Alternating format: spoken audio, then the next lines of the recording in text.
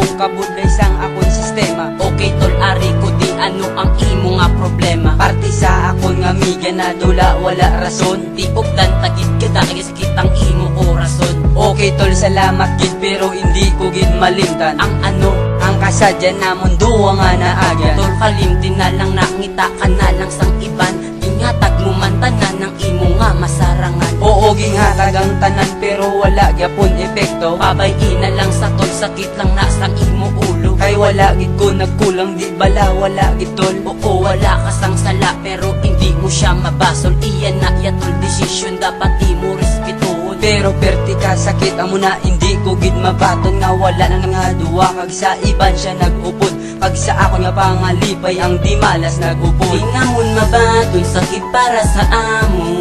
Sang kami giinto nyo, hindi maagwanta sakit sa mundugan. Sang kami gintutay nyo, ano ang amon nga sala nga ang pamiling bayaan. Kay tagai kami sa rason, kung ano ako naman ang huli, wala gid ko sang katuan. Problema nga ginadala, gangot sa akong lugar. Nga ano ang natabo, ang uyab ko may ginatago. Siguro ang imong amiga may iban nga ginatabo. Siguro tol tsakto kagid, kay nakita ko sila. Nagaano, nagaopdanay na gid sila duwa. Tiging pabayan mo na lang, wala kagid ya kari ah. Hindi ko to gani kagiyo, kay ako sila na siya.